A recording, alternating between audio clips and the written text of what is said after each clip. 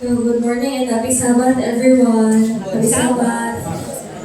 So, akong task for this morning is to give a testimony.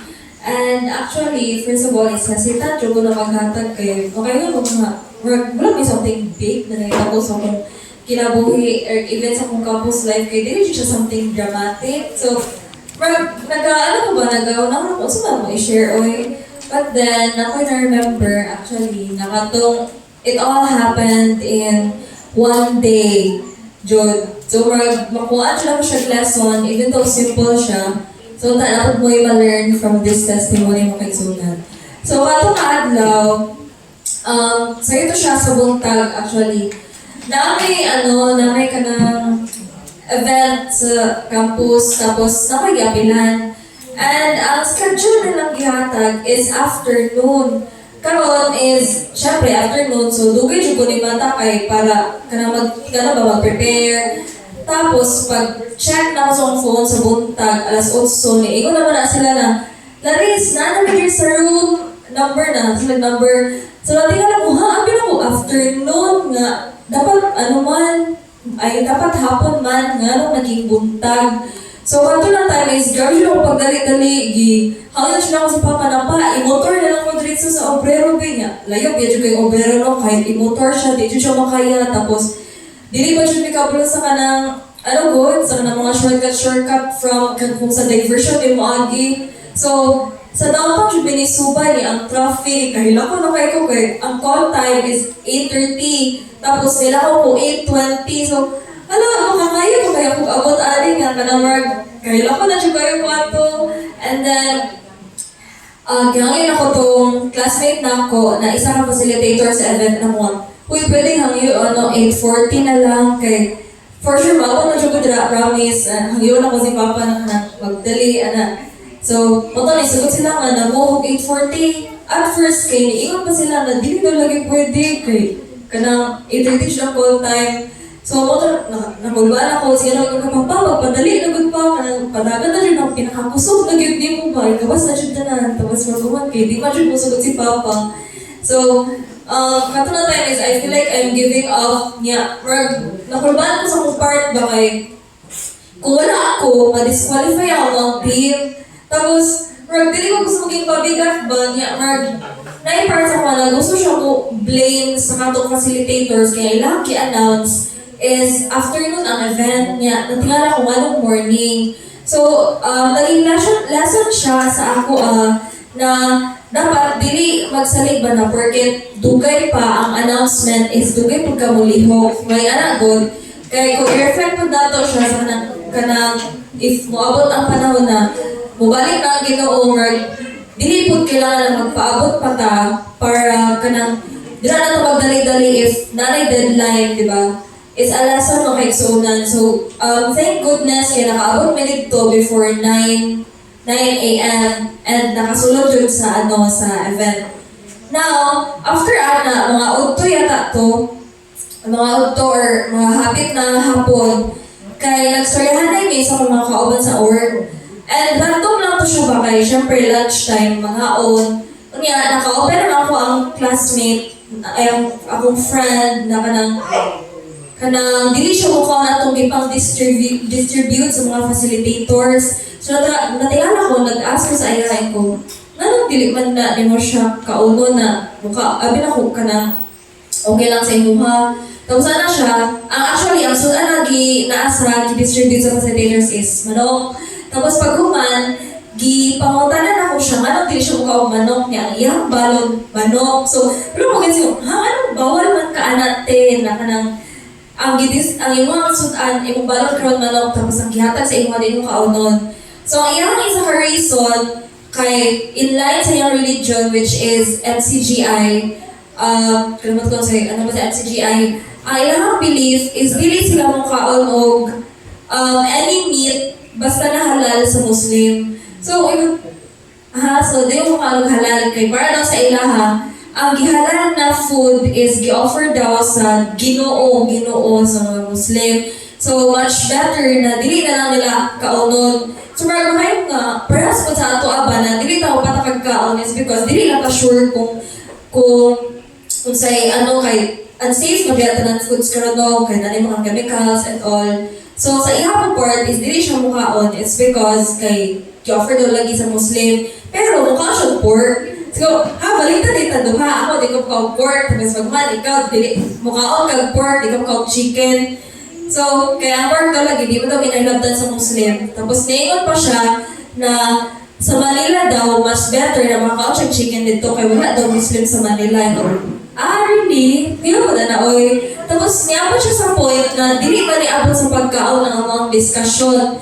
Ni ano na siya, kanang rag ni touch na gyud siya sa every religion ba? So, mas naging curious sila sa ako kay pag-share lagi na ako is pamilya na very strict kay nagbawa something like that.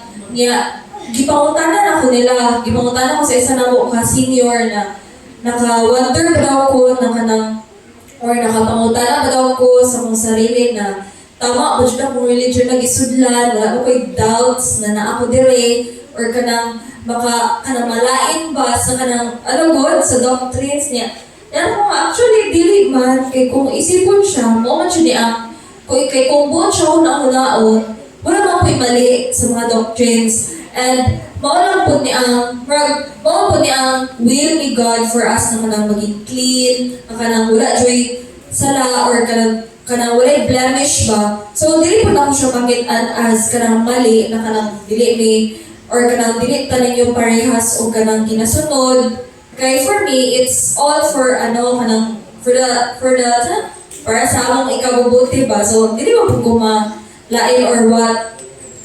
And also po, is katupod ako ang friend na katong taga-FCGI is naingon po siya na same data, bawal ang worldly music, bawal ang kanang dress kasi dapat conservative daw. Niya mga tao sa gawas is dili sila ganahan na kanang conservative mo isa ka tao ba is because nalimitahan ang rights. So, para sa ilaha, makaingon din sila sa ako, pero di sila kayo mo mabuhi nga, ang everyday, na ginahigpitan ko, pero naana naman ko, and kinabuhian kaya po naman siya until now. Tapos, nag-asa ko, kanang naging po may tights na risk ko. Kala ko, lagi ka yan, kanang, about sa tights and something like that.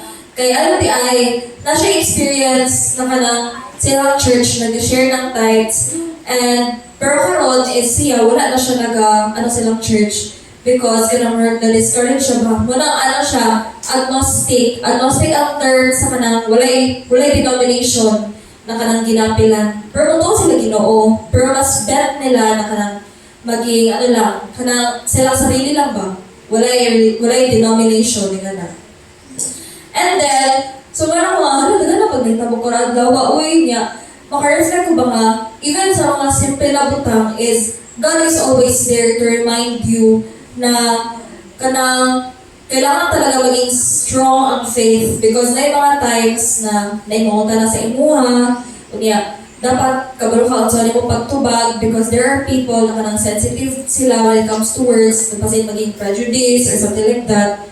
And then, pagka-evening ato sa jeep na po, sa jeep kay, atbang na ako, like, before sa jeep kay, kanang nag-storyhan ng isang friend, tapos pagsakay na mo, kay na-approach siya mo, siya, hi, ako din si Melody. Tapos pag ng time is before siya, Valentine's Day. And then, ang iyang topic ba is about love and something like that. So, kanang naluwi ko sa iya ba kay walay naminaw kami lang to sa akong classmate ang naminaw tapos sa iya nila discuss about love na ang pinaka-greatest na love na nahatag sa Ginoo sa ato is sacrifice na iyang anak for us which is very relatable po siya sa love sa kalibutan ba which is Valentine's Day. And then grabe yun ang iyang kina-share kay kanang makatouch yun bitaw sa hearts niya. Maka-observe ko sa mga kauban naman sa jeep is ganang ginadagmagod nila niya ang tapad niya is na kita siya akong gibutangan na niya earphones in the lunggan. I don't know what's the true purpose, maybe mas gusto siya maminaw sa music kaysa sa giwali sa katong babae. Actually bata pa siya. And sa iyang gibuhat is nakakast ng silent prayer ba na Lord, please bless this person kasi nakaya niya na mag-share about you na dapat gani kay ako po, mabuhat na ko na, birthday na ko siya, malaki courage na mabuhat.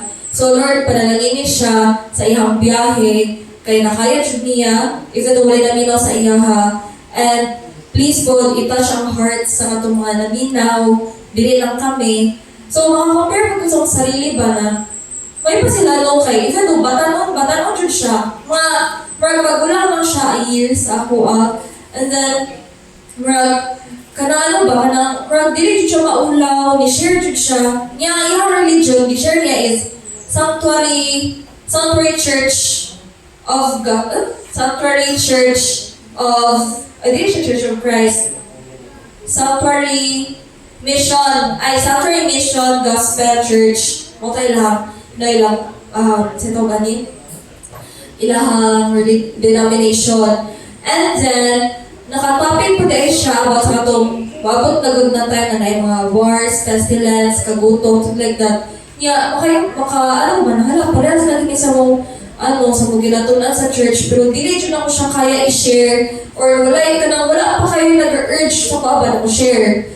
Pero siya, kaya dyan niya. So, sabi mo kay mga kaigsuunan, kaya wala na-reflect ako mga, sa dream purpose, nga day, magdaghang something spiritually related na nakitabo sa ako. And then I came to reflect na maybe this is a sign or a lesson for me na mas magto na bitaw, mas na-strengthen akong faith again. Kay even in simplest things, God reminds us that He is there. And even though dili something big ang may tabo sa atong kinabuhi, is He's reminding us na there are times na masulayan jud ta sa atong pagtuo. So much better na from now on is magtuo na ta, dapat naatay ka ng makinabuhian jud ba? Kay makita mo na sa laing tao sa ato. Kaya just like atong gina-share na ko no, ako ang mga rules or mga doctrines sa ilaha, okay sila nga, ikaw galing po, kung tama di no na ako part sa ko na ingani di ay. So makaano ka ba sa tawag baka reflect.